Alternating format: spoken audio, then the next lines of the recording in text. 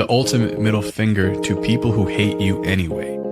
Do you want to turn their mild annoyance into a full-blown meltdown? We're not talking about polite little digs. I'm talking about offensive, off-the-page comments that scream, "You can't censor me. You can't tell me what to say." I'd apologize, but I don't think you'd believe me. And frankly, I just don't care what you think. At toplobster.com, we know one thing. Playing nice is overrated. We push all the buttons, we cross all the lines, we dot all the I's, and we live in that sweet spot where your style and your words hit like a sledgehammer on the head of your favorite politician. So why play it safe when you can blow it up entirely? If you're too retarded to stop, and you're too real to worry about being liked by everybody, well, you just found your favorite website. Go to toplobster.com, grab a shirt, grab a hoodie, grab a sweater that'll make your family member scream. Because if they hate you already, you might as well give them something spectacular to complain about. Toplobster.com. Too retarded to stop. I dare you to wear it. Top Lobster Productions. We are being hypnotized by people like this. Newsreaders, politicians, teachers, lecturers. We are in a country and in a world that is being run by unbelievably sick people. The chasm between what we're told is going on and what is really going on is absolutely enormous. Oh yeah, dude. There's some Nephilim shit. It's like we all know what's going down, but no one's saying shit what happened to the home of the brave. These motherfuckers, they controlling us now, and no one's talking about it. Made us fight and be slaves, and everybody's just walking around, head in the clouds, and won't awaken to a dead in the grave. By then it's too late, we need to be ready to raise up. Welcome to the end of days. Everybody is slaves, only some are aware that the government releasing poison in the air. Welcome back, ladies and gentlemen, to another episode of Nephilim Death Squad. I am David Lee Corbo, a.k.a. The Raven. That is Top Lobster, the father of disinformation. Before we get into today's guest, I would like to remind all of our live viewers that this is a 30-minute preview only. Sometime around the 30-minute mark, we'll be going live exclusively to patreon.com/Nephilim Death Squad, where you can sign up for free and continue watching along, enjoying an ad-free viewing experience, and gaining access to the episode before the general public does. That's right, guys, absolutely free. And when you get there, you're going to find that we have a tremendous backlog of content. So get in there for a 7-day free trial. Try to absorb as much content as possible, and then get out before the credit card charges you. And I'm willing to bet that after you do that, you're going to go, you know what? This is a nice place. I think I'm going to pay these guys a little bit, and I think I'm going to stick around. That's the goal. Patreon.com/Nephilim Death Squad. Joining us today is Donny of Spellbreakers. Donny, welcome back, number one. And number two, please let the audience know what it is you focus on and where they can find your work. Thanks, guys. Thanks for having me back. Yeah, my website with all my links is thespellbreakerspodcast.com. But yeah, also YouTube, Rumble, BitChute, if you're one of those bit shooters. Yeah, Spellbreakers podcast, man. There you go. What is? I gotta ask this because I honestly don't. What the hell is BitChute? I hear a lot of things. I know a lot of people use it. It's a reputable platform. I guess. Is it a platform? What is BitChute? Yeah, it's like the underbelly. It's like if 4chan and YouTube had a bastard son. Oh, all right. It's like the first uncensored YouTube, and there's like everything there. Yeah. So what is it, Donny, that, I mean, I know you've been here before, but for the audience, if there's new people, what do you focus on? What is your work sort of centered around? Yeah, I mean, to me, the name's in the title, breaking spells of all kinds, right? So that's mental spells, that's the spell of left, right, that's the spell of kind of good and evil thought spells. I think most of the prisons that we face it's a prison of the mind, right? And ultimately we're in the predicament we are in because of the mind. They manipulate us through psychological spelling, essentially. I believe the people who control us are just like a tiny group of like sorcerers that control our minds. And so the goal of the podcast is to just one step at a time in all these different ways break a lot of the spells that we're all under. I was doing a show today on my other show, Timeline Cleanse, and I opened it up with a video because just this talk of spells and spell Didn't casting. you open it up on mute, or there was a video? You were watching? Yeah, dude, I did that. It's like, oh my God. It's been a while since I did Timeline Cleanse. It got so busy. Yeah, I once again had my microphone muted for the first. This time it was only 30 seconds. Last time it was a full 5-minute tangent that I went on with my microphone on mute. This time, not the case. But when I finally realized that and then got into content, some of the content that I shared was Marina Abramovic. She's talking to, I don't even know what this is. There's like a cab competition, right? I forget what it's called. It's a show that it's like a reality show. You get in the cab and the guy is going to take you so far and you got to answer as many trivia questions as you can. And then if you get it wrong, he's going to drop you off on the streets. Yeah, Cash Cab. Cash Cab, yeah. It was almost like Cash Cab, where for whatever reason, you know, this guy's got a camera, he's driving the cab, and in his back seat is the dark, you know, what would you call it? Mother of darkness herself, Marina Abramovic, and she's talking about Trump. And she's saying that, as silly as it sounds, Donald Trump is the magician. He's the magician, and he's going to I don't know exactly what she was getting at. I think she was just kind of laughing. It was a short clip about how absurd it is that Donald Trump holds some high-ranking position of spirituality to the extent that she's calling him a magician. And I just thought that was funny because there is a video came out maybe like a year and a half ago of Marina Abramovic allegedly recapping a conversation she had with shamans. They're sharing a group dream, these shamans, and when they come out of it, they tell Marina Abramovic that Donald Trump is the magician that will awaken the masses. Is this what you're talking about when you're talking about spell casting? Are these the sorcerers? Yeah, that's one example of it. Trump is a master at it, and I find him very entertaining. I think he's hilarious, but Trump is a seasoned spell crafter. Absolutely. I saw that somebody in my well, here's the thing that I find interesting. They call him a magician, but a magician doesn't actually cast any spells, right? And it's also fascinating that MAGA is like the highest order that you can achieve within the Church of Satan, right? And so he's got that going for him, which is great. But a magician doesn't actually do magic, right? A magician deceives. He tricks you. It's sleight of hand. It's watch this one while the other one deceives you. So I kind of find it interesting that language has been specifically used for him over and over again. Even MAGA itself, it does mean, it means sorcerer or sorceress. And I think it even has a feminine connotation to it. But it does. So he's just like surrounded by all of this language that seems to point to magician, sorcerer, wizard, high-ranking, Church of Satan character. Yeah, well, there's many layers to it, right? So yeah, just like high level magic is, look over here while I'm doing this over there. And actually, if you watch videos of Steve Bannon, that's actually the strategy of the Trump administration. They say, mass deportations, right? All of a sudden, you see these videos of like hundreds of migrants getting pushed on a military plane and everyone's like, we're so back. And then you find out 3 days later that, most of those people got let back into America.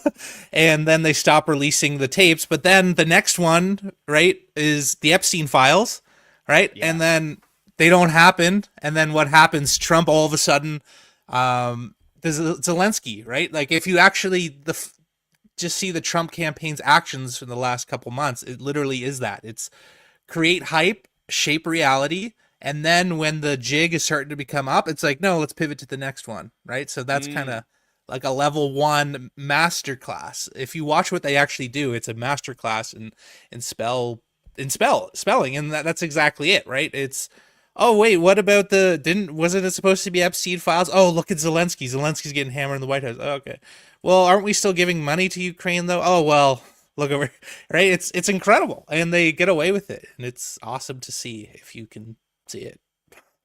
I like the idea that we're now watching an administration do it, whereas the Mockingbird media did it in ice. And I guess what ends up happening is when we're all disenchanted, and that's, I think, the actual appropriate use of the word there, when we're all disenchanted with this legacy media apparatus and we don't believe their narratives anymore, that methodology of the Mockingbird media, right? Which is effectively spell casting. You're taking a narrative, especially one that's emotionally charged, and you're turning it into a mantra where you're repeating it, to the masses with an army of other political pundits or news anchormen that are all repeating the exact same phrase, and it's going into the ears and households of countless Americans. That's spellcrafting. But when we become disenchanted with that legacy media, we no longer buy their narratives. And now we're enamored with Donald Trump for lots of good reasons, obviously, right? Politically, economically, we're in the gutter. And so, yeah, if he can pull us out of that, then that's going to make a lot of people happy. But now we're just going to look to him and his administration. If they pull the exact same move, and I'm not even saying that they are, but it sounds like you are, Donnie. If they are going to pull that move, it's a great time to do it because they got us. You keep giving us these wins. If you can fix the economy, if you can make the price of eggs reasonable again, then we'll let you Mockingbird media us. Go ahead. Hit us with those mantras, baby. Dude, yeah, and here's the thing. Once you really realize how they do what they do, it's entertainment. It's a ride. Don't emotionally, don't get emotionally charged. Like don't think Trump's going to fix it all. There's Trump derangement on both sides. They think he's literally Hitler or Satan, and then they think he's like a messiah. But essentially that's how it works, right? Like our whole system is based on faith, and it's based on the collective consciousness of the population, right? So Trump is like a hype man. He gets you hype on America, and then people are gonna doubt spelling is just changing the reality of people. It's just changing how they see reality. So if Trump comes in, people think that America's back in business. They start acting that way. People get hype on America. They start a new business, like have a kid, like if you have 400 million, 350 million people all acting in a different way based off their shared reality, it creates that reality. Right. And that's exactly how it works. Like all they're doing is planting an idea, planting a seed, like make America great again. Trump's a hype man. And if the majority of your population is hype on America, it's going to do well, and that's really what it is. Right. Like they plant the seed. We then collectively bring that reality to fruition for both good and bad. Yeah, I realize that. And that's why I like Donald Trump. A lot of people talk about the action, like, oh, you're talking about it now, his actual action versus his rhetoric. And the action doesn't really matter so much to me. The rhetoric is what's important. And I noticed that 8 years ago. If you're saying one thing, people react a certain way. And the things that he is saying, I mean, well, not the things about Israel, but everything else that he's saying is kind of in line with what I'd like to see in, at least I'd like to see the direction of America heading. I'm sure you have some certain feelings about what he's doing to Canada right now because you guys are getting bukkakied by China and America. I feel for you guys. It's not your fault. It's your leader's fault. And I also don't want you as a state because we don't need another liberal majority voting for stupidity. So I have no idea what's going on. It looks like they're trying to absorb Canada. What the hell is going on in Canada? What's the word in the Iceland? Yeah. So here's actually a bit of inside baseball that people don't know is that Canada is not a real country. I knew that. I shouldn't even say that because Americans are already cocky enough about how amazing we are relative to us. But I joke about Americans. I'm like, bro, you guys, we were a crown colony and now we only suck like 20% worse than you guys. You guys were the only country in existence to actually have like the power of sovereign kings. And you guys have fallen way worse than we have. Like we still suck more. But I would say that the reason we fell more than you guys is because America is much sexier and much more appealing to dark and negative entities that would seek to subvert it. Okay, so if we are falling, it's due to our own attractiveness. It's how appealing we are, America. It's simply too cold up there. This guy's talking about it snowed 6 inches. I just put me and David before we started the show. We're like, I need to put my air condition higher because it's hot. Yes. Yeah. You guys live in a cold hell. Yeah, no, for sure. I mean, where I live in Alberta, we're kind of north of Montana. Dude, honestly, Albertans are like the best people on the planet. They're kind of like Texans, but like Arctic Texans, so they're hard as fuck. Like they're just tough, rugged people, very capable. I love these people so much. But Canada as a whole, like I used to live in Toronto and it's like awful. So yeah, anyways, inside baseball, Canada was actually never ratified as a country. So the actual truth about Canada that people don't know is like, it's essentially like this weird like mafia where legally we actually haven't become a country. And this has been acknowledged by several leaders. But because of that, it's just basically like a gang running what they call Canada. And so that's a kind of behind the scenes thing. But if you look at the Club of Rome has actually been behind the scenes of almost every event that comes to fruition. And one of those plans was actually, the one world government. But a precursor to that was actually creating 5 economic zones. And one of which being what's called the North American Union, which would actually eventually would be the Pan American Union. And they wanted to actually convert all the Americas into one super state. With one currency that was called the Amero, and that was actually that. Yeah. Oh my God, dude! The Amero was like when that was on the radar. That was like everybody was freaking out. Alex Jones was like, they're trying to create a consolidated world currency so they can create a new world order, and this is the beginning of it. Like I remember watching that shit happen. That was early in the 2000s. No. Yeah, and so here's a crazy thing. The Elon Musk's dad was part of that planning in Club of Rome. Get the hell out of here. Yeah, dude. That's what I'm trying to tell you. Like, this is not a real place. This is not a real place. You got this Fidel Castro's son, I guess is just effectively the leader of the gang. Dude, all of the world leaders are related, man. All of them. Oh yeah. Yeah. I remember when I was watching. It was on during the Obama administration, and Fox News came out with this adorable little number on a classroom that was tasked with picking somebody famous. That's what the students had to do. They had to pick somebody famous, and they had to do their family tree. And some little girl picked Obama. And wouldn't you know it, how adorable, this kindergartner little girl somehow discovered, via the power of the internet, that Obama is related to all but like 3 of the previous sitting presidents. Like, dude, all but 3. Which is absolutely insane. And for some reason, that goes over the head of the public. Everybody just goes, "Aw, isn't she cute?" And it's like, what about the revelation this 5-year-old girl just gave us? Dude, yeah. She had a heart attack the next day.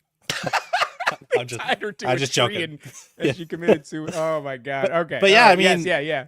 Dude, it's true. Like, all of the leaders for like hundreds of years are all related and interbred with the same bloodline. And so when we talk politics, it's fun, you want to stay current, blah blah blah, but it's like, hey, all the world leaders for like 600 years are all related bloodlines. Like, this is a prison planet, this is a matrix, this is a like what we think is reality is not real, if that makes sense. Like, you think like left and right make a difference, and then you're like, whoa, every world leader is related. Like, maybe the system is different than what we think.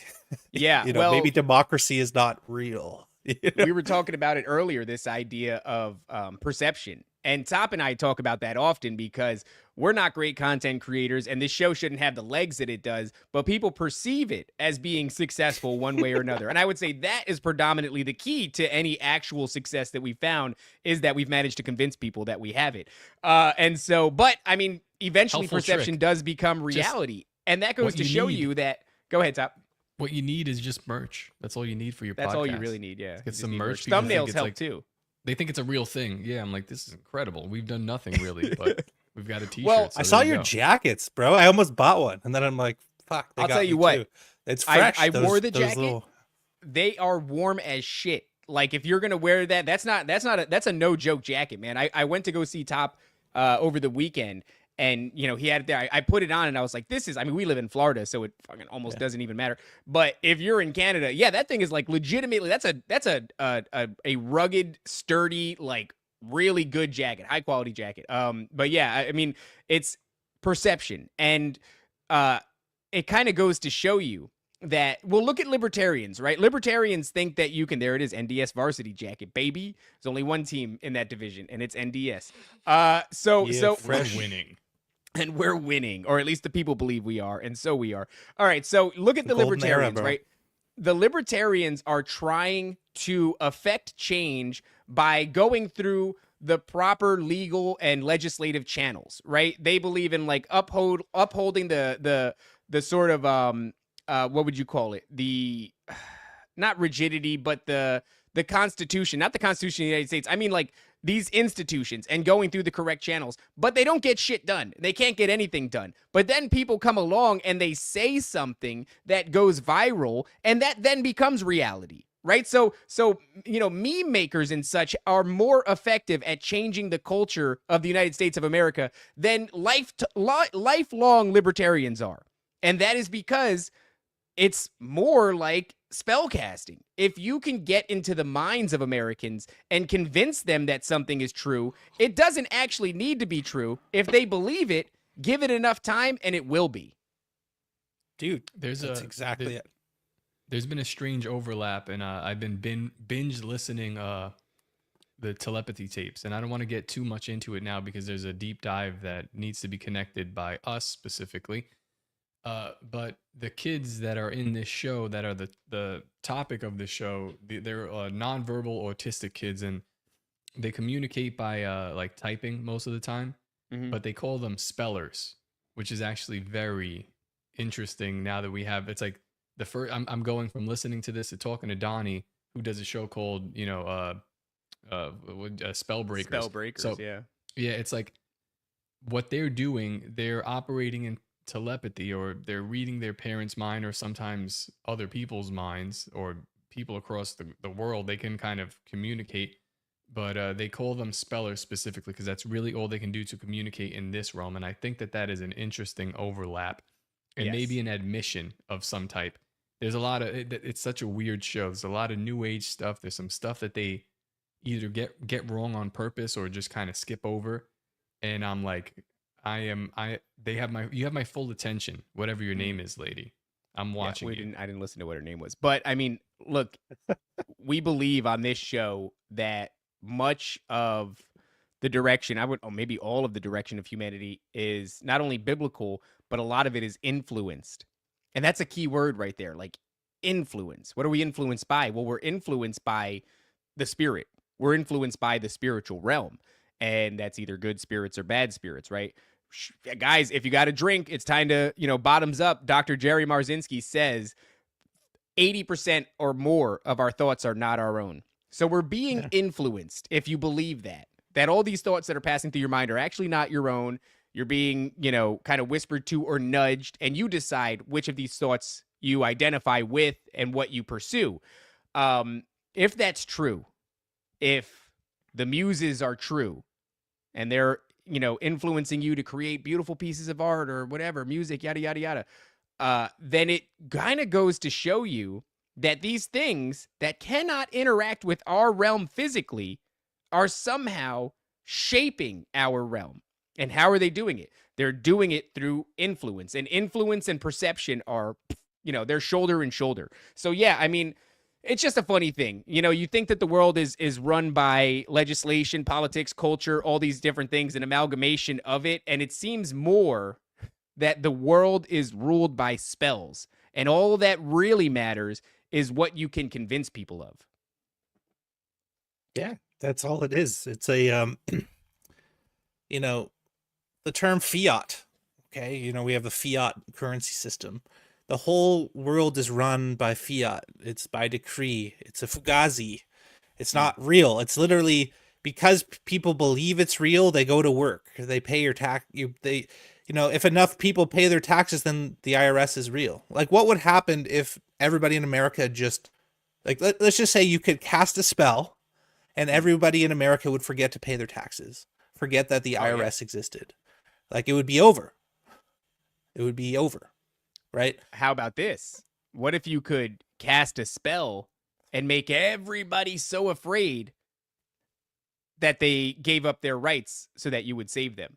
And there was never anything really to be afraid of. But if you can kind of like, I don't know, maybe have an event where we're talking about spell casting, right? What if you had an event where you, I don't know, made it significant as far as like numerology goes? Maybe like a specific day and a specific time. And what if you sacrificed a lot of people to be able to garner the energy that you need for this spell to be effective. And then after you achieve those things, what if you then spoke those words and effectively made an entire people traumatized and afraid of something that didn't really exist in the way that they thought it did?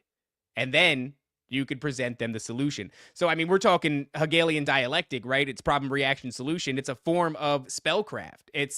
And if you pay attention, there's always ritual surrounding it. Like, it's not even like, Donny of the Spellbreakers podcast. It's a very cool sounding name, by the way. It's a great name for a podcast. But also, it's not at all, it's not even tongue in cheek. It's very forward, actually, when you start to look at it in those terms. Yeah, I'm like 2 years ahead. So people just think I'm kind of a weirdo, but people are starting to get it, because it's really what it comes down to is, yeah, they're just sorcerers, bro. Like a meme is sorcery, like all a spell is like casting, like changing people's perception of reality, and your perception dictates your actions, right? Like for you're working out, getting in shape. Yeah, because I'm going to be much more jacked than Cole. And by the way, that's my spell that I'm putting out there, is that I'm going to beat Cole, despite the fact that his arms look like my thighs. I'm still going to beat Cole in 3 months. So that's my spell. Oh, yeah, fucking there he is. Your what did he say? Your shoulders look what? That was very insulting. Very insulting. I don't even want to. No, don't even bring it back up. It's disgusting. That's right. That's right. Punk bitch. Yeah. So go on. I'm sorry. I didn't mean to cut you off. No, but like, because you believe it's possible, you take that action and you make it possible. Like there is a lot to manifestation. I believe, it's real, but just at level 1, if your mind thinks it's possible, right? Like if you think America is back, you're going to take those actions. You're going to start a business. You're going to like get out there. You're going to hustle. You're going to have a little more pep in your step. Right. And if hundreds of millions of people are all feeling that way, that shapes reality. If hundreds of millions of people think that there's an evil, scary thing that I got to lock myself in the house with, it's going to happen, right? Like if we just go into the power of like placebo, man, it's insane. Like what the mind can do based off belief. Like you can cure cancer with your mind. Like this is well-known phenomenon. People give a placebo, Here's one you probably, I don't know if you know this, with respect to weightlifting. They took 3 groups of people. One was the control. Okay. The other was lifting physical weights. The third group was thinking about lifting weights. No, okay? Come on. And yes, this is real. You can look this up. It's a scientific study. And the group that thought about lifting weights gained 80% of the strength of the dudes doing the actual lifting. This is just one of many data points that I'm trying to talk about. Like think about that. That's very strange. That reminds me of, Top and I were talking about this earlier on the phone, Rupert Sheldrake, who is a bit of like I don't know what you would call him. I mean, he's I would call him a scientist, and he's conducting studies that the reason I'm hesitant to call him a scientist is I recognize a lot of the scientific community would call his work pseudoscience, which is a fun word or phrase to use to dismiss people that are basically going in places where conventionally you're not supposed to go. And so Rupert Sheldrake, one of his most famous experiments that he conducted was one where he was taking a bunch of dog owners and he's looking at them and saying, I bet you if we record this, we'll be able to show that dogs know intrinsically, like 10 to 15 minutes before their owners come home, a dog will begin to become reactive. They'll kind of get anxious. They'll get up. They'll start sniffing around. They might go to the window. They might sit at the door and they might wait. And even if you mixed up the variable in the sense of every day you come home at 5 o'clock, well, hey, your dog's going to know that you're coming home. It can kind of feel, it's not like it can tell time, but I guess dogs just kind of know. So they switched that variable up and they had the owners come home at all kinds of random times. And sure enough, before they even started coming down the streets, the dog would get anxious. It would get up. It would start looking through the windows and everything. And so Rupert Sheldrake is showing you that there's something else intangible here, a psychic connection. And, we're talking a little bit about the telepathy tapes and everything. I think all of this makes a lot more sense than we might imagine, given the fact that we are in a paradigm that we think is strictly physical. But we just did an episode with Ed Mabry, episode 3 of our Book of Genesis series, and Ed is talking about how the vast majority of anything is made up of empty space, right? Like the space between molecules, atoms and electrons and protons is massive. He said that if you had the ability to blow up an atom, the nucleus, if you put it in the center of a football field, the electrons that are circling around it would be in the end zones. That's how far away they are from one another. They'd be like the size of a softball. Right. And that's a circumference that they would be 100 yards 50 yards on either side. It's kind of crazy. Yeah. And that's what makes us up. So it's like we perceive ourselves as physical. We perceive this realm as physical. I can knock on my desk and I can feel it even resonate through my feet when I do that. But something clearly is beyond our understanding, because that's not the case. The vast majority of it is empty space. And so, the physicality of things is very strange. And if you start to entertain that, then the idea of maybe communicating psychically isn't a far stretch, considering we're friggin' like holograms, essentially. Yeah. Yeah. Like mainstream science says we're 99.9999999, percent empty space. I just add this, like the extra little bit, and say it's 100%. Like it's just not real.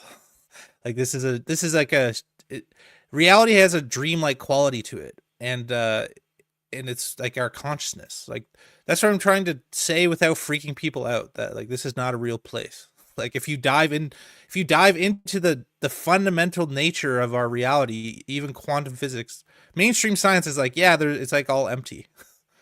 Like the double slit experiment, they found that our like basically the act of us observing changes the nature of reality.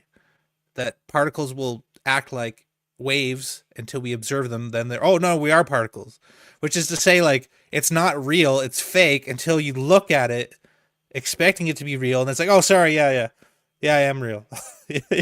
like there's so many examples of this that just blows the mind, and we don't want to talk about it because it's like fucking freaky, but it's hard, true, right? Like I mean, if you have a job down at the docks, the last thing you want to think about is like, I want to punch my boss in the face. I don't want to hear that he's mostly empty space. You know what I mean? Like it's not something that's on the mind of the average person. But listen, before we go any further, I do want to let the audience know that we're now at the 35-minute mark, and we're going to be closing the stream and going exclusively to patreon.com/Nephilim Death Squad, where you can continue watching along, enjoying an ad-free experience, and also gaining access to the episode before the general public. You can do so for free. You can sign up for a 7-day free trial and try to absorb as much content as you can before we bill you. But otherwise, yes, very gay. We are getting out of here. Patreon.com/Nephilim Death Squad. Bye, guys. So I want to ask you, Donny, on this topic of, let's say, like telepathy, which is something that's hugely in the cultural zeitgeist right now, especially among conspiracy theorists. What do you think is happening? Have you looked into telepathy at all? It's something that's very exciting, and it's, we play off it in Hollywood and films all the time, but I don't really know if we've got much of a great explanation as to what the hell's going on there. Yeah. So back to Rupert Sheldrake, he has proven definitively that we're telepathic. He ran multiple studies, and statistically, he's proven 100% that in a laboratory condition, repeatedly, that we are psychic.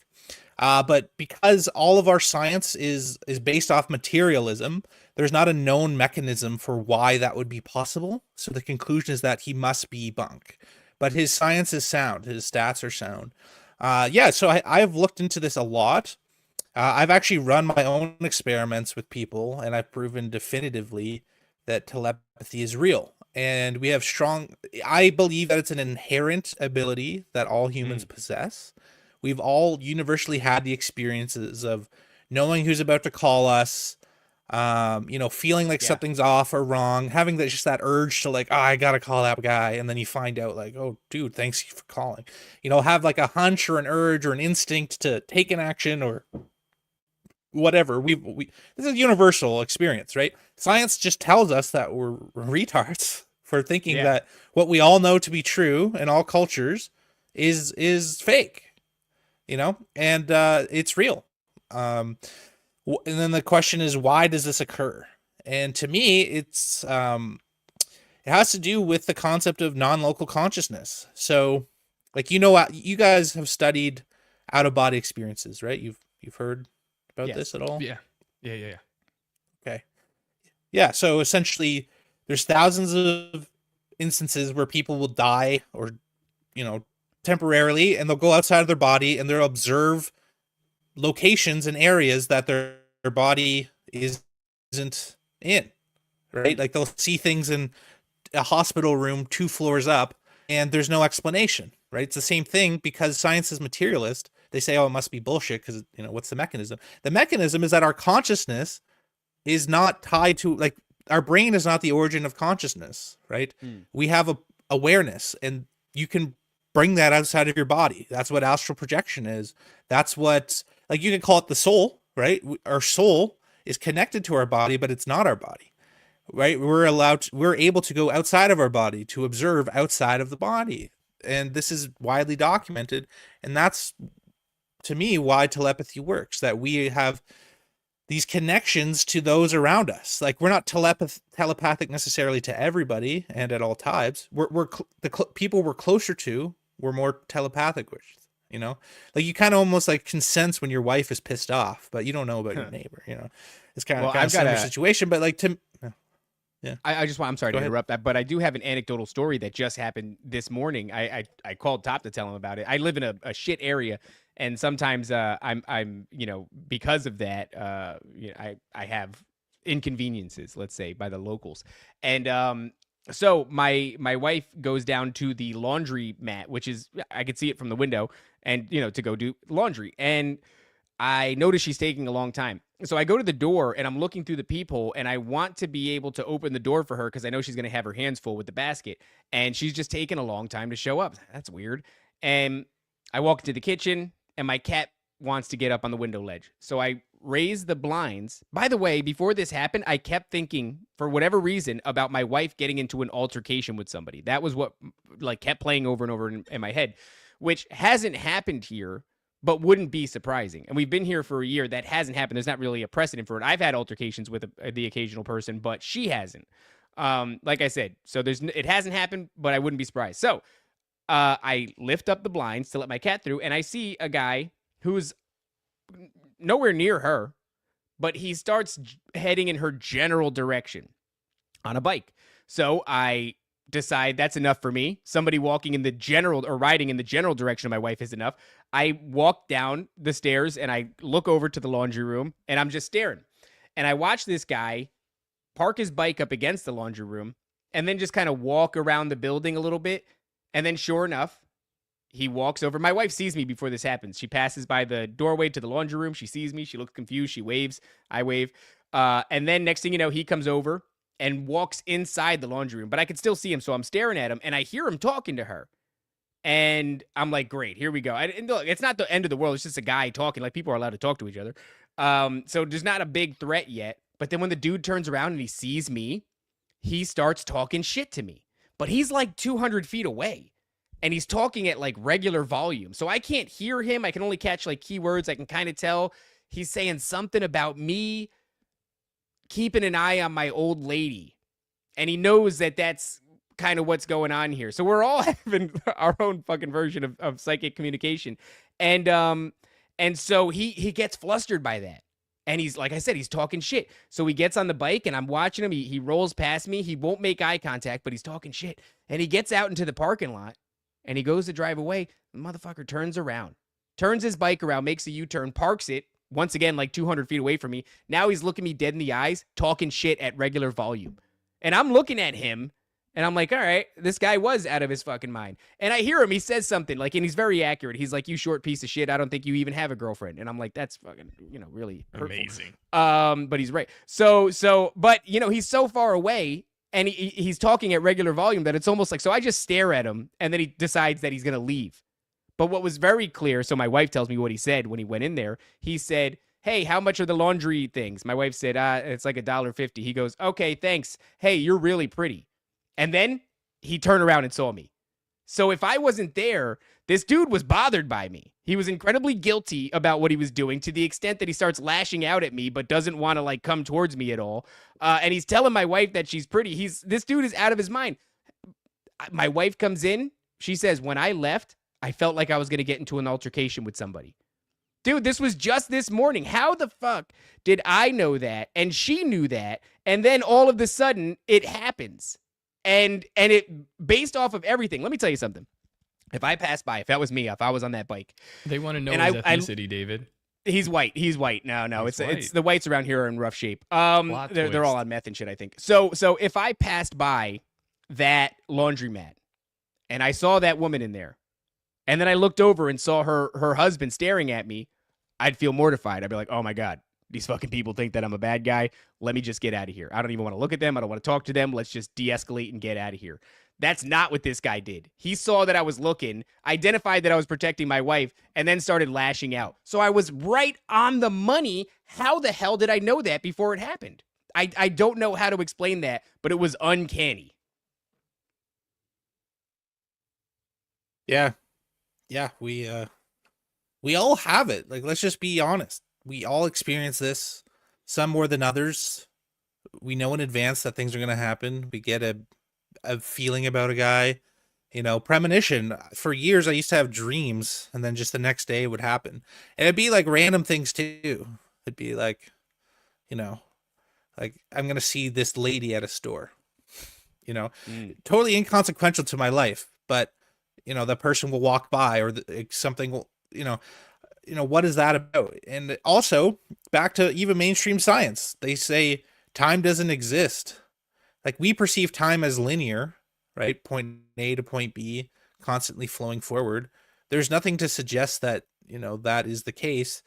Yeah, like that's a whole other thing as well. Like our perceptions are not reality, like even we see like a fraction of a fraction of a fraction of all of the visible light spectrum. Right. Like we don't see reality as it is, yeah. So yeah, I would just say, like, let's stop having science be gatekeepers, and we all experience the fact that this reality to a degree. People like Rupert are doing good things. Here's another one. It wasn't Rupert. He talks about it though. Like, mice will learn a maze, and then they'll take their kids, and their kids will know the maze. Right. Better. Like the mice, they'll put mice in a maze, and they'll slowly figure it out to which, like, let's say it initially takes them 20 minutes, then it's like 10, and then it's like 5. Okay. And then they'll take their kids, their offspring who've never seen the maze, and they'll do it in 5. And how do you explain that? Materialistically, they say, oh, it's in the genes. Okay, well, here's another thing. Okay, they'll take mice with the exact same maze across the country, and they'll just do the same maze in 5 minutes. So how did those mice across the country in real time start doing that maze faster? They've done the same test with people will take, let's say, crosswords puzzles. Okay, they'll take one group who do the crossword puzzle on the day that it comes out, and then half will do it the next day. The group who does it the next day has on average like 20% better scoring. They've done the same with tests. People who take the test the next day will have higher average score. Well, how does that make sense? Like there's many examples I can talk about, but it doesn't make sense with our current materialistic model. Yet it is the case. We were talking to Donut, shout out Donut, and he was talking about how I actually don't know if we had this conversation on the show or if it was just on Twitter, but Donut said that he was using the Gates method and ended up being able to view one way or another what is allegedly the Akashic records. And you hear about that come up a lot, just this idea that in an untangible realm that's not as physical as ours, there is the total collective experience of humankind, and it exists in some way that can be accessed by an individual, whether that's like through some form of astral projection or something like that. I think there's something to that, and science is willing to. There he is. We're number one, the very first episode we ever did, where we also talked about Rupert Sheldrake. So a full circle, huh? So science is pretty comfortable with the idea that you can like pass down some sort of genetic memory, which is a lot of what you're talking about. But that is like, what frustrates me about that is ancient people have said for some time that these abilities exist in one form or another. Science tells you it doesn't exist until science tells you that it does exist, but it's not what you think it is, right? And that's what we get over and over and over again, which is admissions of spiritual principles by the scientific community, but previously they said they didn't exist at all, and then when they finally are willing to concede, it's a truncated, bastardized version of the previous principle that was given to you by like your ancestors or some shit like that. I have a question. I'm starting to like not, I don't know if I think along these lines. I guess I do in a certain way. But where does it lead to? What is your ultimate goal, or where is the destination for raising awareness about whether this be a simulation, or that, you know, our perception of reality all around us is a spell? What besides people waking up to us, all right, we wake up to it, then what? Because I think the reality of the situation right now is that there is a concerted effort to get people to wake up to something, but to what? What are you looking at? What are you trying to do here?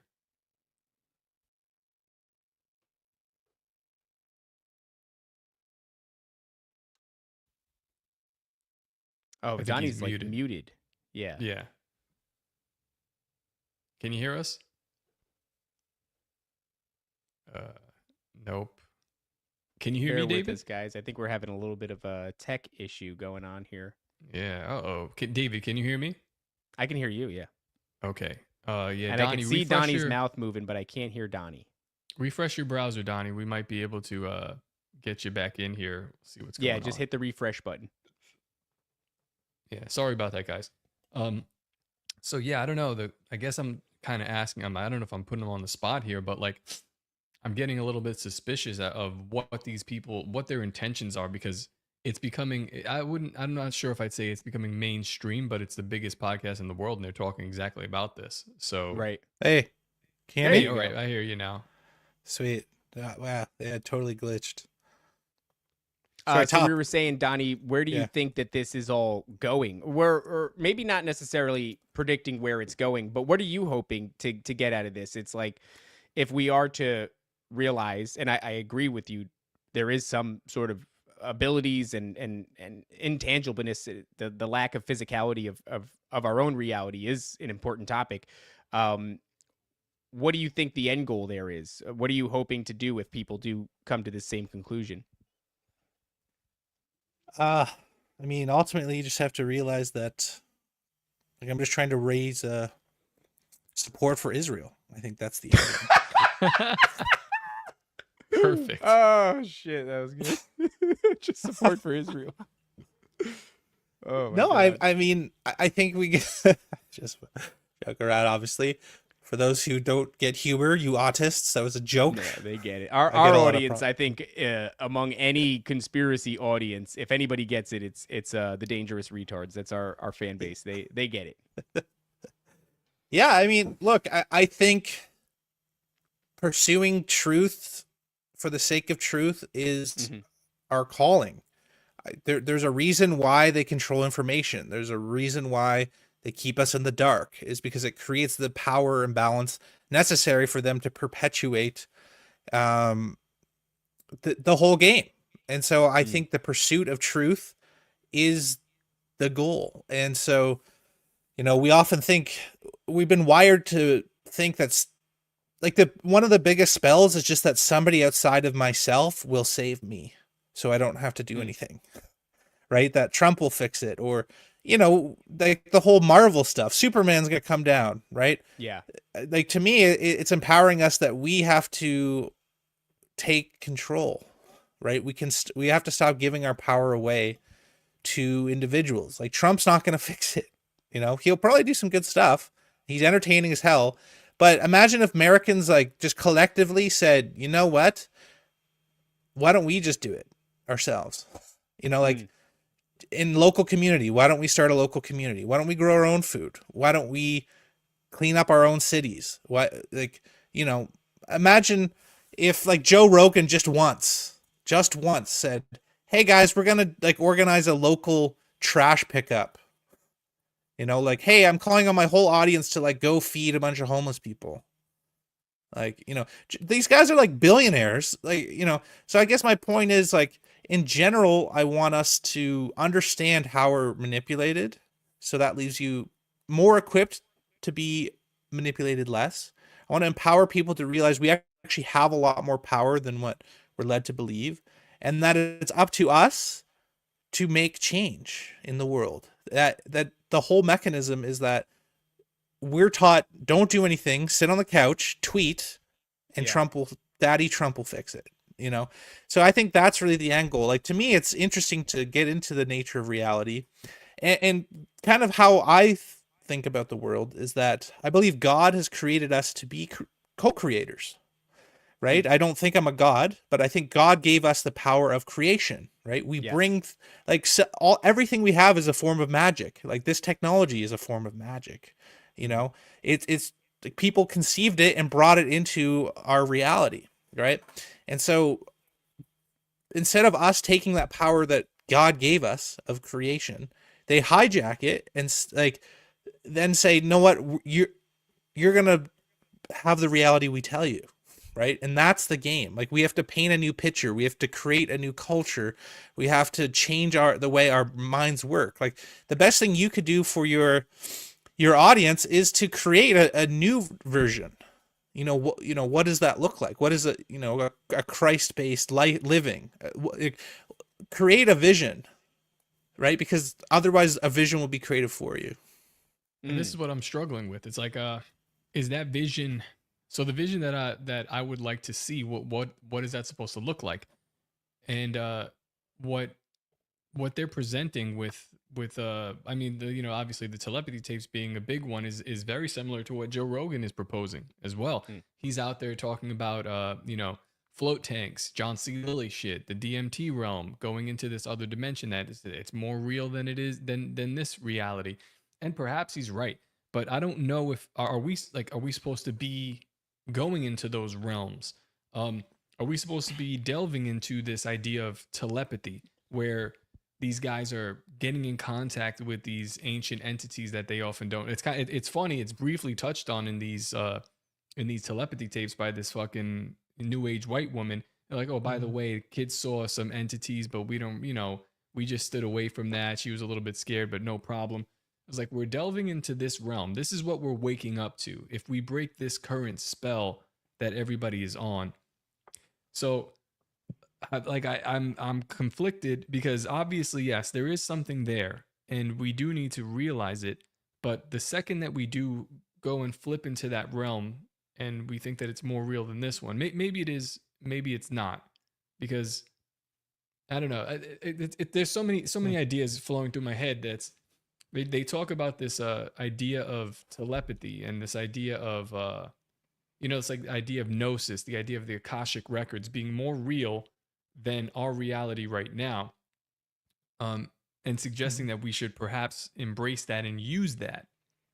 But the fact that we use a spoken word here, I think that is more that's more powerful than connecting into somebody's head without. I think that's what allows us to create. So when Donnie's saying like we've been gifted this ability to create as well, I think that if you go back to Ed Mabry's idea of like how to create something in reality is you speak it into existence, and first it exists in the spiritual realm.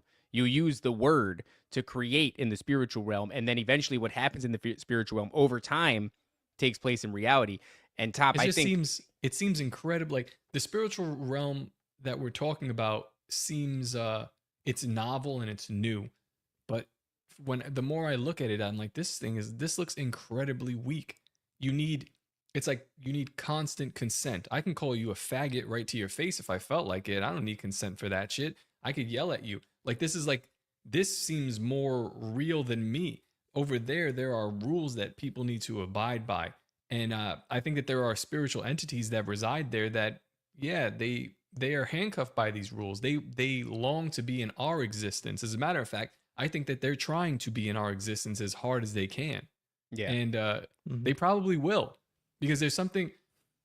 Again, is this some sort of a simulation? Yes, and the fact that these things are, our physicality is created in a certain way, but so is everything.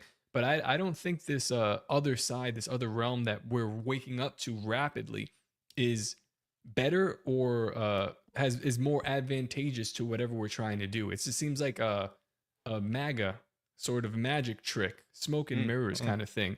Get us in there, and it's like, yeah, real cool. This is a real nice ethereal realm. You could float around and do all this shit, but I'm listening to the tapes and I'm like, this kid's nonverbal autistic, and he was just throwing his shit around because he can't control his physical body in this realm. Was he trapped there by people? Was this an experiment? Quite possibly. I don't know what's going on. I feel bad for him, but in no way do I envy him for being able to operate flawlessly in this other realm when your physical body is trapped in hell. So there are these two ideas going, and it's like, but no. I almost completely disagree. I think this realm is the realm that's the most important. This is the one that we were granted.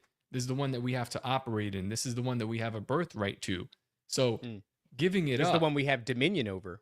I mean, Satan has, he's the king of this world. No, but I mean, this idea that here. like we have dominion over nature, and this realm that we exist in is nature. We were told to go forth and basically to tame it, more or less, right? And so in that way, you know what I think is going on top? It almost feels like this has always been a component. Obviously, the spiritual realm has always existed.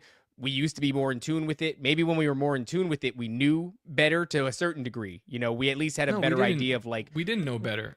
Well, I mean, in the sense of what inhabits it. Not the choices that we make were bad choices, right? Human beings always choose to, align themselves with these entities, but at least we knew that they were entities.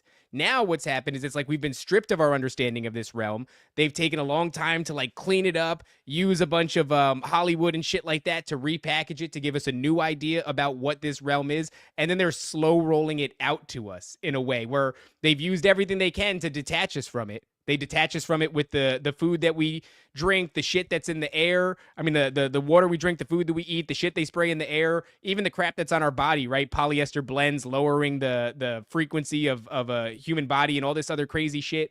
If they really did do all these things to deaden us and our ability to perceive this realm, and in the meantime, they rebrand it about what it, and then they give it to us, and they give it to us through a new age sci-fi lens where it's like, how many people are having telepathic communications with grays, right? Gray aliens, or how many people are psychically calling in UAPs and all this other shit. And we're getting it all through this new age filter, through this sci-fi filter that I recognize Hollywood has spent a long fucking time trying to build that narrative up. So I almost feel like that's what's happening. They deaden our perception of it. They rebranded it in the meantime. And now it kind of feels like what they've did is they've inoculated a bunch of children and made their flesh a prison. And much in the same way where somebody is blind, but their hearing and their scent is like through the roof, you've made somebody's physical body such a wreck that they can only recede into the thing that we used to be able to do, which is this telepathic communication. And now, the Tower of Babel. This is and it's like, it makes you wonder what was going on then. And a lot of people will suggest possibly telepathy. Everyone's kind of one mind, right? They said the same language, but that's telepathy. You can communicate with somebody. There's stories of people in like, deep underground military bases, and they see an entity without ears or facial features, just a smooth face thing, and it talks to them. And it's like, but in his head, he hears him exactly what he's saying, and he understands his intentions and his emotions completely. I think that's just a lower form of communication, but it's a lot easier. I mean, since when is anything easier good? And what's the idea is what slips in also, because what are your ideas? What are my ideas, and what is coming from coming to me externally? And are we even aware of what we're doing? The muses that are telling us these things. We're getting into some weird, dangerous territory, and they're fucking selling it to us. Yes, I'm gonna go crazy. Fuck it. I'm sorry, Donnie. This is something that we've been fucking. Do it, bro. We're diving into. Reach, brother. we're kind of like touching on this thing. Top and I are trying to, not reveal everything that we know yet. But this topic is something that we've been like, we have phone calls that might as well be podcasts where we're just screaming at each other about what the fuck is going on. I think we're on to something pretty interesting. Yeah. We're trying not to spill it all here, but please, Top, go ahead.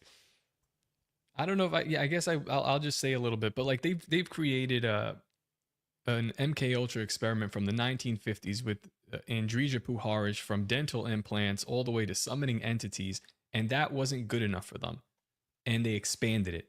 It wasn't good enough to drug Johns in whorehouses and figure out what LSD does to their brain, so they drugged everybody, and then they fucked with your food, and then that wasn't good enough, so they just fucking started vaccinating children, and they've determined, and successfully, that if I can increase the rate of autism in children by 1,000%, we can probably do a lot. Like, we can do much better studies, more wide-ranging studies on the thinny that we can create in somebody's brain if we completely destroy their physical body. And now these motherfuckers have the nerve to present to us in a way. And you know what? Thank you, Clint, for sending me this podcast. And I ignored it for a while because I was like, this is some weird new age hippie shit. And it is, because every chance she gets, she tries to sell you some fucking Reiki healing stuff.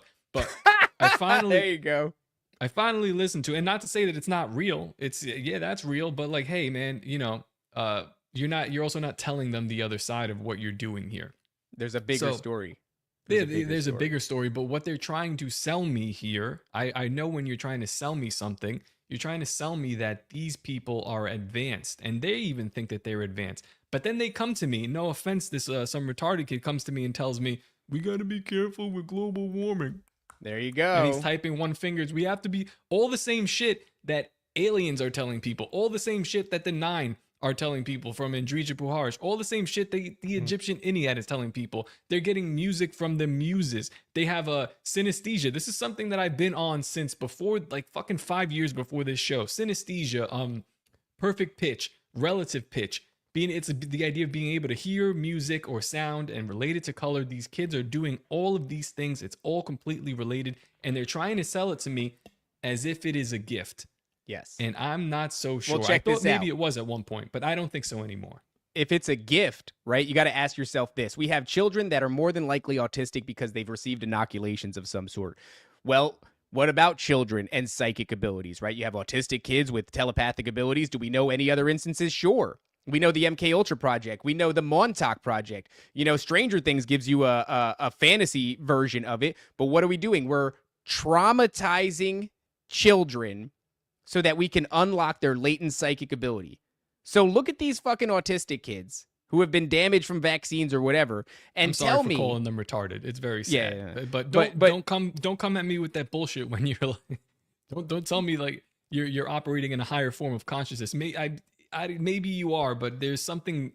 I think it's just what you did to these kids was you dulled all their other senses, and then they leaned really hard into the one that hasn't been explored for some time. Yeah, what are they injecting our kids with? They're injecting them with heavy metals, right? Ask RFK, and Donnie, I'm sure you'll agree with this point of no one's fucking coming to save you. RFK, who at the first chance, when they said, hey, there's a measles outbreak because there's 12 more kids that got the measles, but nobody's died. Now you're suggesting with your platform that the kids get this MMR vaccine, which is the worst one. It is the worst one. It's 3 packed into one, and it's the one that causes autism rates to skyrocket in children. But you know what? I'm glad that we're addressing anti-Semitism as a problem through HHS. Yeah. Fuck you, you frog-throated bitch. Man, no one's coming to save you.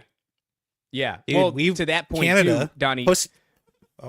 Go ahead, Donnie. Go ahead. I was gonna say, Pussy Canada. We banned that one. Did you guys really? Good for you. A different one. Good for you. Canada and the UK does a lot of great stuff. No matter how cucked you guys seem, but they're like, at least the UK is like, well, you can't have any guns here, mate, but we're not going to give our children poison. You're not allowed to have like fucking red 40 in our cereal. That's insane. Like, and you know what? California as well. No matter how backwards they are, they'll force you to get vaccinated, but we're not going to put like fucking tetrazine in potato chips. It's like, good for you guys. Good for you. At least there's something. Draw some sort of line. Gee, Draw I know, some like, sort of line. Yeah. nobody can put it all together, though, it seems. I don't Well, get it. Donnie, you said before Yeah. that there's this whole thing of like, we're engineered through Hollywood and elsewise to anticipate this savior character. Somebody's got to save us, right? It's going to be Marvel. It's going to be, the I will Avengers. say, It's going to be Donnie, Justice League. 1 second, you should probably take this down off YouTube once this is done, because Oh, yeah. As soon as this is done, remove this Yeah, shit from your channel. I'm 'cause you're gonna sorry. get I dinged. did- Oh, yeah, I Sorry already about have that. strikes. Yeah. You're definitely going to want to get this off of your channel as soon as we're done here. But what I wanted to say was that you also get that within the conspiracy community. So you get that from, remember the Galactic Federation of Light? They were operating, they're still operating now, very cringy, but really heavy in the early 2000s. And the whole thing was like, we're going to intervene on your behalf and save you from this evil cabal, and you're going to take your place among the Galactic Federation. Fast forward to Anonymous, which just recently made a reemergence. Very strange. Anonymous is expect us, right? That was their slogan, was expect us. So this group of hackers is going to use their hacking abilities, and they're going to overthrow all the evil politicians and all the Wall Street corrupt, such and such, by exposing them, on their, they're going to hack them. And then you had the same thing with QAnon. Which, by the way, you're talking about whether or not the Trump administration is going to save you. Trump is the figurehead for the QAnon movement. He is Q plus, supposedly. And so, yeah, if anybody's had a massive PR campaign to convince the people, including the conspiracy theorists, that he is their guy and he's going to save them, it's Donald Trump. They're not coming to save you. Anonymous isn't coming to save you.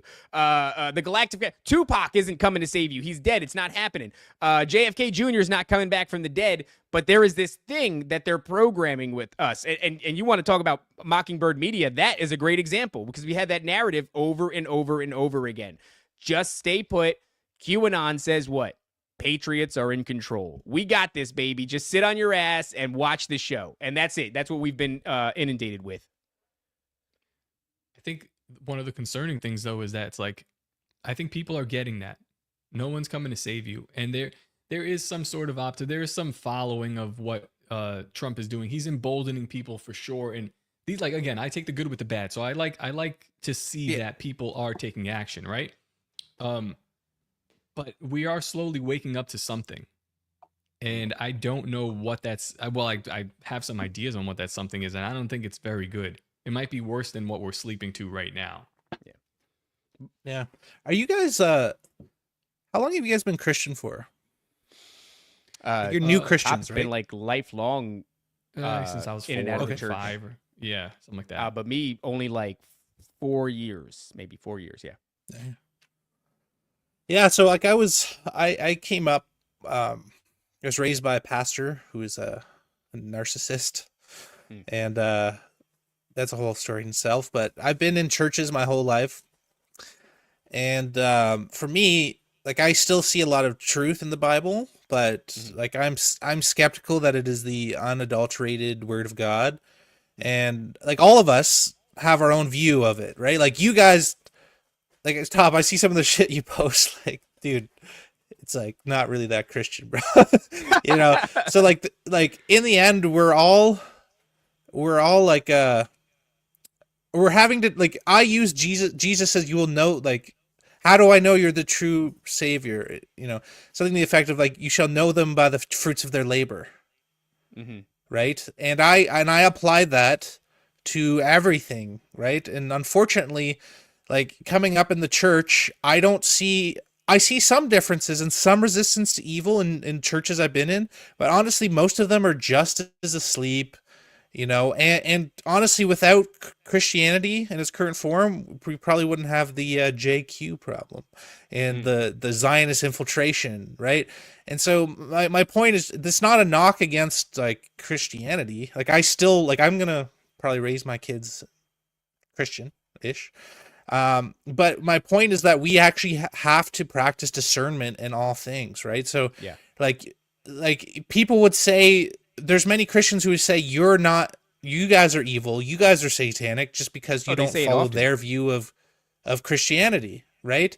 And so in the end, we have to exercise our own discernment and see the fruits of their labor, right? So going back to your point, like, I wouldn't don't just call it evil or good just for the sake of like, does this line up with my view and interpretation of scripture or the Bible? Because honestly, you could say almost everything we do is satanic, right?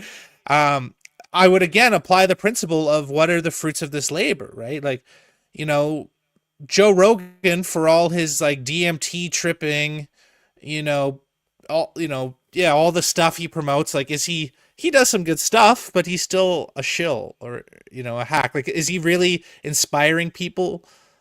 I think he's doing good, but ultimately it's like, what are the fruits of that his labors? It's like, and the same thing with these things. Like, just because you have more knowledge about certain topics doesn't make you somehow better. Like, if you just because you're telepathic doesn't mean you're somehow like a good person. Right. So again, it's coming back to that was actually like, one of the things, Donnie, that they said in the telepathy tapes was like, shit. It was like, I think my wife was telling me about this, that I think it was like they all have the ability to do something. This is like a very peripheral knowledge, but the bad ones can't do it. And I was like, wait, there's bad telepathic autists? I didn't know that. I had no idea. They were like, one of the kids apparently is saying in the tapes, I have to get to this point, that, yeah, the bad ones don't have access to like a certain thing that the other ones do have access to. I'm like, I didn't know that there was bad autists, nonverbal autists. I had no idea. That's interesting. Very fascinating. So, yeah, I mean, those abilities, it's not like it makes you better or worse than anybody else. Yeah. Yeah. So I'm just saying these are hard things to discern. Like, a lot of the Christians would say telepathy is of the devil. I would say I believe God gave it to us because we didn't have phones. So we had to have like instincts about what's going on with our family and our tribe. And it's like a natural inherent ability, as well. Like, we didn't have this technology before. So maybe being able to view non-local locations was a gift from God. It's like, oh, like, how's my crop doing? Where's my sheep? You could very easily see that this is a gift from God. So I'm just saying, like, we have to apply the fruits.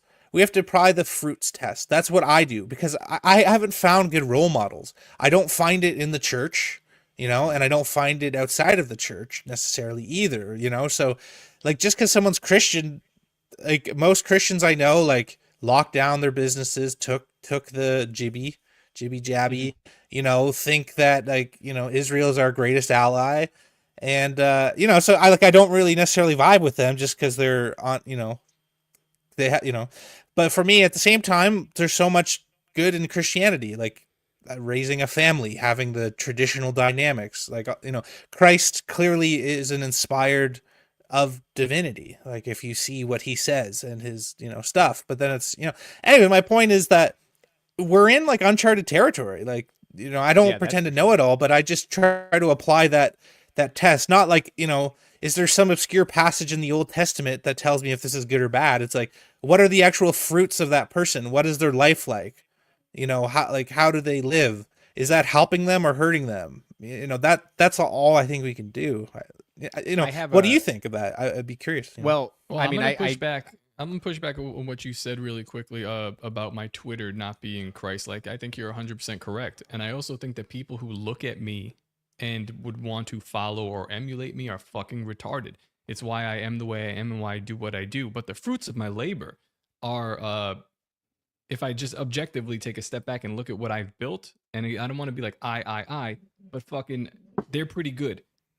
So yeah, if you do emulate, don't emulate Top Lobster. I don't know what that is. That's a wild way to be. That's a way to push people away. Don't be this. This is an exact refutation of what I'm talking about. It's a parody of the world around me. If you don't get it, I don't really care. That's on you. But what I've built, a family, 2 children, acres of land. I have, I own my own shit. My parents built a house on my property.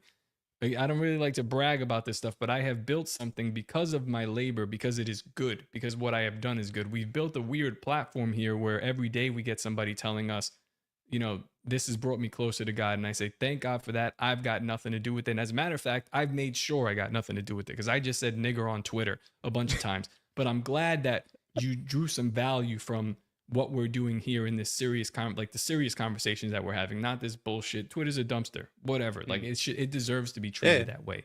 If you go there acting seriously, so what's wrong with you? But I'll also say this. as somebody who's a Christian, I don't even know if they ask me, are you a Christian? I'm like, I believe in Jesus Christ. I believe in God. I probably have a stronger relationship and understanding than most people because I've searched and tried to really find out who this person is. But I did go to a church where, you know, people were embezzling money. And when I called them out on it, I got kicked out. So what is a Christian? What do you want to look at as a Christian? I say some words here and there. I do some questionable things. Fine. Don't follow me. Please don't follow me unless you follow me on Twitter. But don't follow. Like, that's retarded. If you're looking up to a human being, a man, like number one, what kind of man are you looking up to another dude that is probably your age or even younger?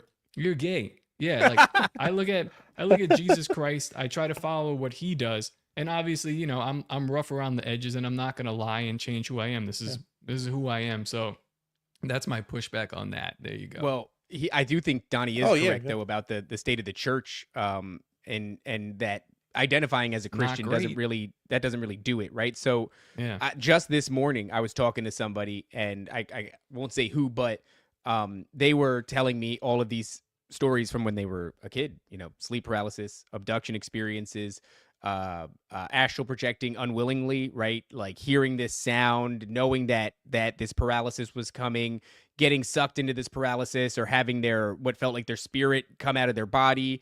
And it still happens to him. He's 30 something years old. And the other day while he was driving, he felt himself start to slip out of the bottoms of his feet to the point where he felt like he was somehow getting under his car, and he had to start yelling in his head. One of the kids in the tape said that when they were able to finally communicate with their parents, they said, I feel like I'm slipping out from the bottom of my feet. They're not even aware that if you see them do shit with their hands, they're like, I'm not even aware of my hands. So I have to do something to make sure that like I'm in my body. I'm still here. Yeah, it's so I think what it is it's trauma-based dissociative identity disorder, and you become so excellent at disassociating, which makes sense if you're autistic and your fucking body is a prison. You're probably disassociating a lot just to get through it. And when you do that, disassociation is the first step into actual separation of spirit and flesh. And so, you know, there's some sort of tethering point you can return, but in order to learn how to do that, you need to learn how to disassociate, and kind of in order to learn how to disassociate, it needs to happen organically. You need to be fucking traumatized. So, this guy is telling me all this shit, right? And then he goes into his childhood, raised in a religious family, you know, devout religion. They go all the time. It's their life circles around the church. And, basically everybody just dismissed him as a kid. I mean, dude, this guy is fighting entities. He's sleeping on the floor next to his sister because he's watching over his sister, because he keeps waking up and seeing entities hovering over her and strangling her and shit. And so apparently when he was like 4, he has this memory of getting up and hitting these things, and do what you want with that information. I don't know what the fuck to do with it, if they're physical or not, because they were trying to take his sister. So this dude has dealt with it his entire life. And at every turn, his very religious family, who go to church regularly, pretty much just dismissed him. And when he went to like the elders of his church, you know, they basically just kind of told him that he's got to stop thinking about it. Dude, it's aggravating. It's aggravating because it's like episode 2. I'm sorry. I guess we'll just name this shit the telepathy tapes. But episode 2 of this podcast series, she speaks to somebody who is an evangelical Christian who had a son that was nonverbal autistic for 20 years. And then finally he breaks through, and it turns out he's got telepathy and all the shit. And she goes, well, how do you as a conservative Christian feel? And they use the word like validating a lot. Things like very like if you're not aware of the political white woman. If you're not aware of the political spectrum, you're like, these things kind of will just like bounce off your head. But once you start hearing people use this phrase, I'm like, I understand where you're coming from. They're talking about like I am a strict science person, shit like that. But they go, you know, as a conservative Christian, how were you able to reconcile your faith with what your son has been doing this entire time? And it's like, reconcile your faith.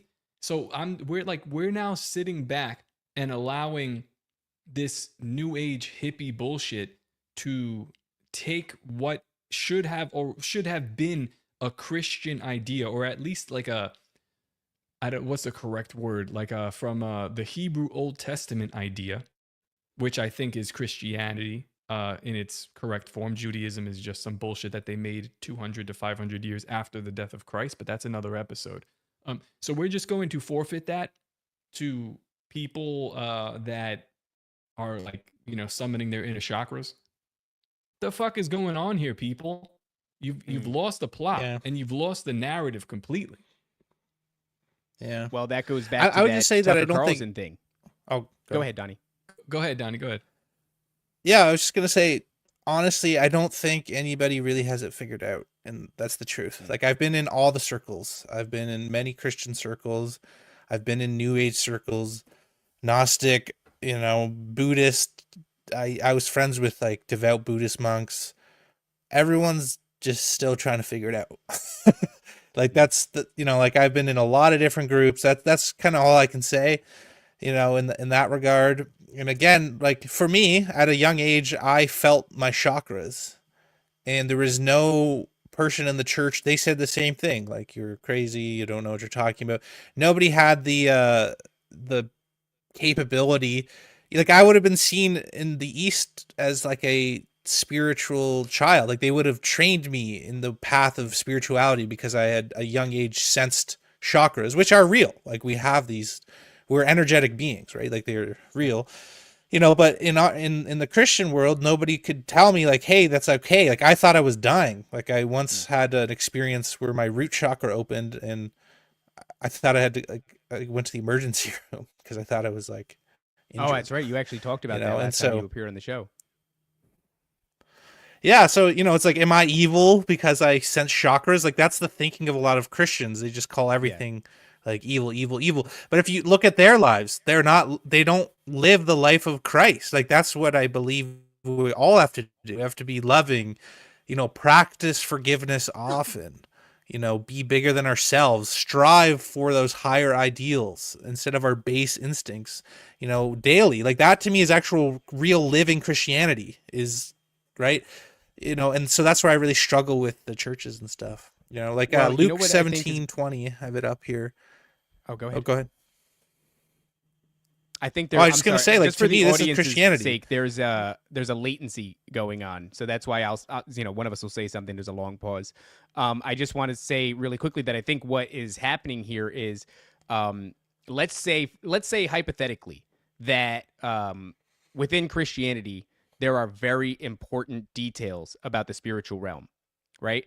It almost seems like what's happened here is we've been stripped of our understanding and belief of a spiritual realm at all, so that we can be repackaged and given to us without all of that other context. And the reason that I say that is it's just like Top uses this analogy all the time of, Joe Rogan says, I don't swim in the ocean because the ocean is shark soup. And it's like, you don't know, you can't see what's in there. You can end up getting eaten. But he's advocating for you to go into these spiritual realms. They're very much like our realms. They're filled with good things, bad things, neutral things, right? But the nature of the bad things that inhabit the spiritual realm, we look at a fucking shark and we go, oh, we tagged that thing like 30 years ago. And it's got all the scars and its dorsal fins all torn up. And there it is. It's popped up on the radar again. That thing is old as shit. Like 100-and-something-year-old shark. Isn't that amazing? There are ancient things in the spiritual realm that are excellent at deceiving you. And if Christianity was ever right about the nature of the things that inhabit that is hugely important. And that is not a topic of conversation at all when it comes to this shit, especially when it comes to the telepathy tapes, which is wild, because you would think that you would say there's a whole spiritual realm out there, guys. We don't know what the fuck's in it. Just like the woods, there's raccoons, they're cute. There's fucking chipmunks. There's also bears. Don't go near the mama bear and her cubs. It's literally a survival mechanism. You have to know that or you're going to fucking die. What you have here is that like some of these new age religions or I don't know, Hindu religions, things like that. They're worshiping these things. Yes. Christianity is telling you that it doesn't exist. It's fucking crazy. It's That's like a no, failure. No. But in the Bible, it specifically lets you know these things exist. Yes. But they want the congregation to be asleep to it because I guess like, you got a kid and you don't really want to explain the birds and the bees to them. So you let their retarded friend explain it to them. This is what we've done. So and now you're dealing with the ramifications. And it's like, I'm very critical of these other, I guess, religions or other worldviews of it because every time I look at this, there is always some sort of reverence or worship aimed towards these entities or these things on the other side, and I'm like, I just don't know. And this is, it I could would be- like to highlight this. Jackie here says, because every denomination has their own Jesus. And this is a lot of the problem, because the denominations are all scattered to the winds. And it's like they each go in one direction with a little bit of the truth. But there is a definitive truth. There's a definitive truth about this realm. There's a definitive truth about the nature of everything. There is one truth, not this objective truth that we live in 2025, where it's like, you know, that's a truth. And it's like, no, there's a truth, one truth. And we literally don't have that anymore. We've been scattered. So even the idea that every denomination has its own Jesus, there is one true version of it. There's one true version of Jesus. And we don't have any. These are like incredibly important spiritual principles. If we hope to go into shark soup and navigate the oceans that are the spiritual realms, we better know what the fuck's in there. And once we know what's in there, we better know how to deal with them. And we don't have any of that. But we are suddenly promoting it, right? The telepathy tapes are now huge. Fucking Joe Rogan is doing the sensory deprivation tanks. John C. Lilly used them to psychically communicate with dolphins, but then the MK Ultra program co-opted that and started using it. Like, we're being pushed through the biggest platform on the planet, some sort of mind control, psychological operation. And it's all packaged, by the way, all repackaged through like health. Right? Like, oh, fucking get your mind straight. Go in the sensory deprivation tank. Take a bunch of edibles. That's what I do. It's like, yeah, John C. Lilly used to do that. He used to fucking psychically communicate with dolphins and jerk them off. No big deal. You know? And then for whatever reason, I don't know why, the MK Ultra program was incredibly interested in his research. Right? And then Joe Rogan's like, oh, well, it's nice to float. You eat a bunch of pot and you float. It feels good. I'm like, okay. And then what?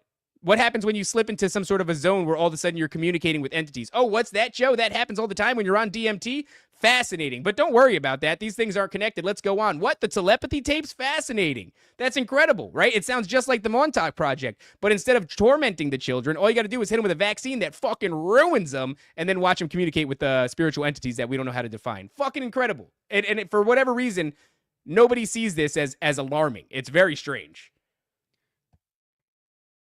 Yeah. Yeah, I mean, look, like Luke 17:20 is my Christianity and is my faith, religion. And it says, some of the Pharisees asked Jesus, when will the kingdom God come? Jesus answered, God's kingdom is coming, but not in the way you will be able to see with your eyes.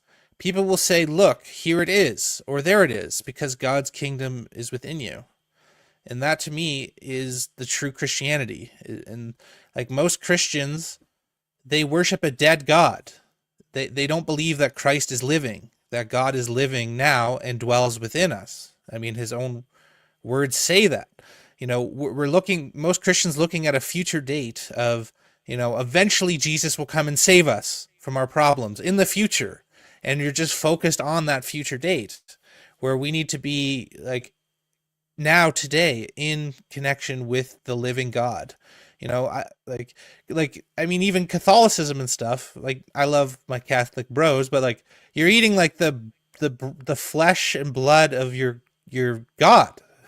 Your God wasn't the body. It is a infinite spiritual person, you know? So I just want to encourage Christians to really embrace the fact that God is here living infinity, who dwells within us in the eternal present, you know, instead of some like person who in the future may come down and rescue from yourself, you know? So this is kind of what I wrestle with, is this concept that it says in the Bible that God dwells within us. You know, why don't Christians talk about that? Right? I really think the big spell that we're all facing, and the same with these, like, you know, these Rogan people, these telepathy tapes, all of it, what does it have in common? Is trying to look for, you know, an entity or somebody outside of ourselves to save us, to fix us, you know, to make us better. Like, oh, you know, what did that great alien say? Oh, Ashtar Command's going to come save us. You know, it's like this infinite trap of just expecting something outside of ourselves to fix our problems, when we need to go within, because that's where God dwells. Like we are creations of God, right? So that's more my take on the whole thing. I don't know. Does that make sense, Top? Yeah, it does make sense. It's like, but there is so much convolution of like the I think the going within it, like with the Christianity, I do understand why they shy away from, they don't shy away from that verse specifically, but why they shy away from embracing it is because that verse is very close to original sin. You know, you will be as gods. You can get that real confused real quick.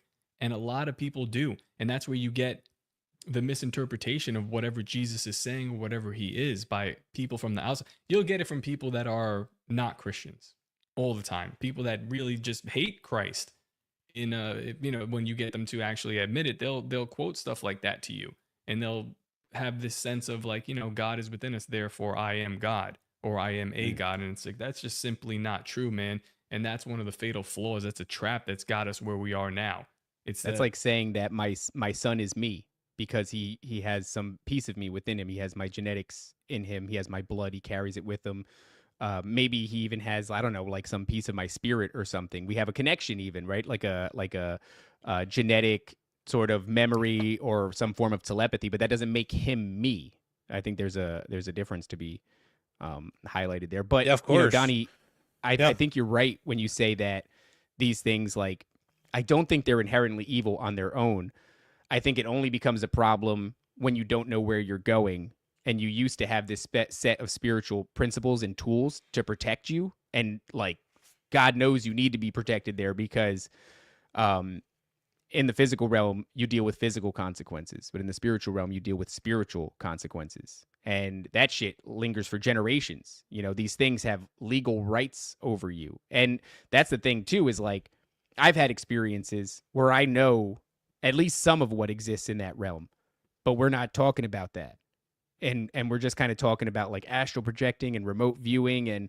But there's like really not a lot of talk about greasy, adversarial, ancient entities. And for some reason that's just left off. And then in the same time, we like shit on Christianity. And I just feel like it's a baby with the bathwater thing. I'm not saying that because you can remote view, like the guy that I was talking to this morning, it happens to him. He's not going there. It's happening to him. That's not his fault. He's not evil, right? And even the act of it itself is more than likely not evil. It's just you're going into a place where like you don't even have a fucking flashlight.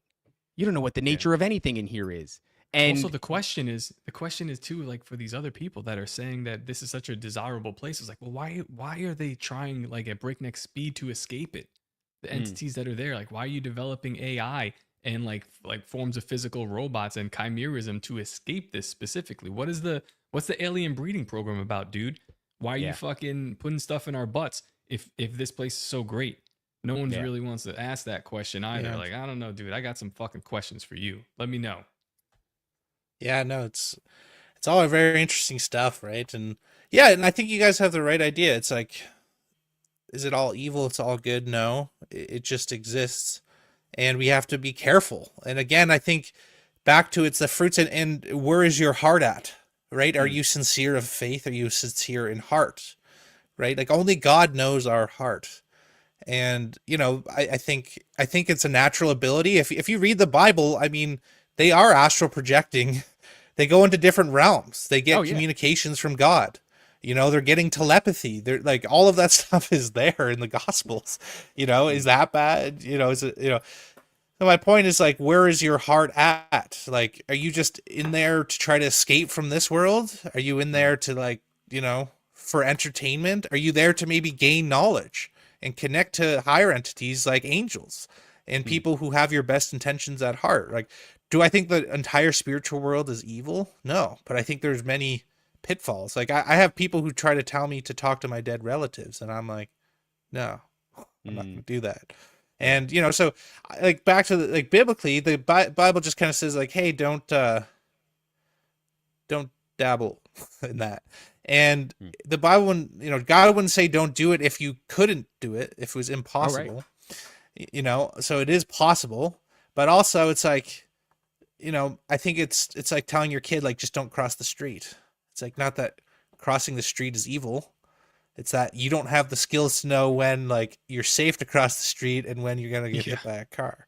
So just don't do it, you idiot. That's a lot of it. I think maybe it's the same thing. It's a cautionary tale. But then it leaves so much open. It leaves an entire generation of people open to question your religion because now you're not telling the truth. Yes. It's a hard truth, but you've got to let your kids know what it is, or they're going to be unprepared in the world. Or they're going to have a spiritual experience and they're going to try to turn to you or turn to the church, and you don't got shit to say about it. Yeah. And you so might good have your luck chakra dismissing open it. up, and your church calls you, they're like, go to the hospital. And then all of a sudden you're like, this isn't the place for me. And you're right. It's not the place for you because these guys don't know what's going on. I think that's a lot of where the church has dropped the ball in a massive way, because you have a spiritual experience and you almost can't turn there. And then what? Then you're just, back to that analogy. And they don't think God is living. They don't think God is a living God that can transcend and heal and dwells within us and gives us the power of infinity that we're connected to. They think it's like some dead person in a book somewhere. Like I'm not beefing on the Bible. I'm just saying, like, whatever faith you practice, know that God is real and a living now, today, and is infinite. It's not some like I actually think a lot of Christians, like, it's almost sacrilegious. Like, don't see your God as a limited being. You know what I mean? Like, in the future or in the past, it's like a living being that gives you the power and dominion over evil, right? That you are empowered, like, that is your shield. Like, I just think a lot of people, that's another form that, like, a lot of Christians don't think evil exists. That there are demons, that there is actual wickedness today in the world. Like, they read the Bible like, oh, back then, that was some brutal times. Meanwhile, like, there's like their leaders are like actual pedos, Yeah. And then in the same way, a lot of they don't believe that their God gives them healing abilities. That, like, God can heal you. God will nurture you. God will, like, lead you towards the path you need to be if you trust God. So, like, I often get along more with, like, Gnostics or just generally spiritual people because they actually practice it every day and they believe in a living God, versus Christians who do mouth service, who sit in a pew 2 hours, but they don't live their life that way. They don't help people. They don't practice forgiveness. They don't, encourage, like, personal development or to better your life or to forgive, but they think they're better than you simply because, so that's the problems I have with it. But then I have some of my best friends are Christians because they believe every day in turning away from their own anger and aggression and forgiveness and being the bigger man and raising families and being selfless. And, like, that's what I try to emulate. Like, I want to live that every day. I don't want to just say, oh, I'm saved because I got baptized, so that's more like, I care more about how people live and what they do than what they tell me they believe, if that makes sense. That's people. What I think is happening there when it comes to those people that just go through the motions, they go to church and they, but they don't really have this connection, or they're not really seeking it. People have an identity crisis. And I think we're put here in part with this great big mystery. Who are we? What are we meant to do? And that's a big part of our identity. And that's what gives birth to identity politics. That is to say that if you adhere to a set of beliefs, like I am now left-leaning, I know what all my values are. I'm pro-LGBTQ. I'm pro-Black Lives Matter. I'm pro-reproductive rights. All these different things. You know what your talking points are. You also now have a built-in clan of people. I have a tribe, people that accept me. They're all around me. I know who they are. I even know what they wear. They wear rainbows. It's the same thing with Christianity for some people. Some people go, I don't know who I am. I don't know what I want to be. And I feel this calling inside me because I think we're all called to find that out. What are we here for? What's our purpose? Who are we?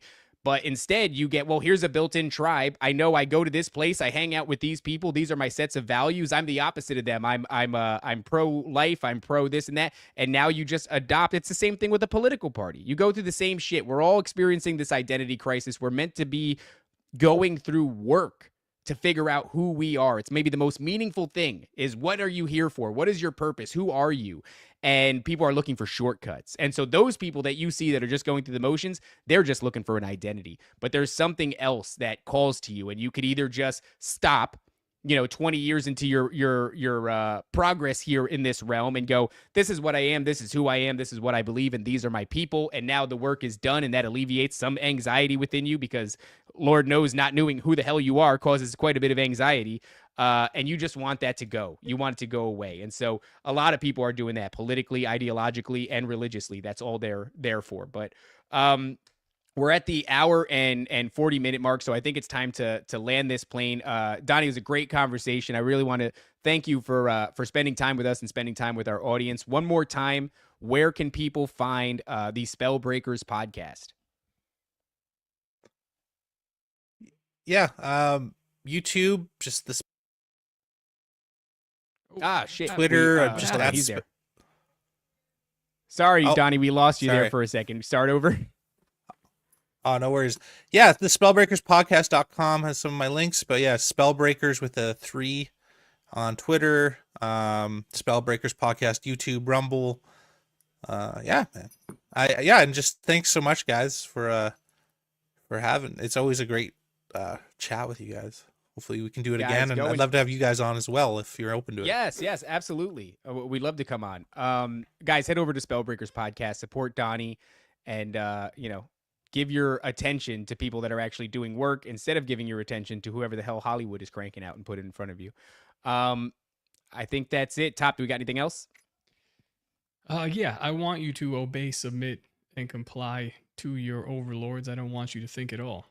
That's what I want you guys to do. See you later. The greatest hypnotist on planet Earth is a oblong box in the corner of the room. It is constantly telling us what to believe is real. If you can persuade people that what they see with their eyes is what there is to see, you got them. Because they'll laugh in the face of an explanation that portrays the bigger picture of what's happening. And they have.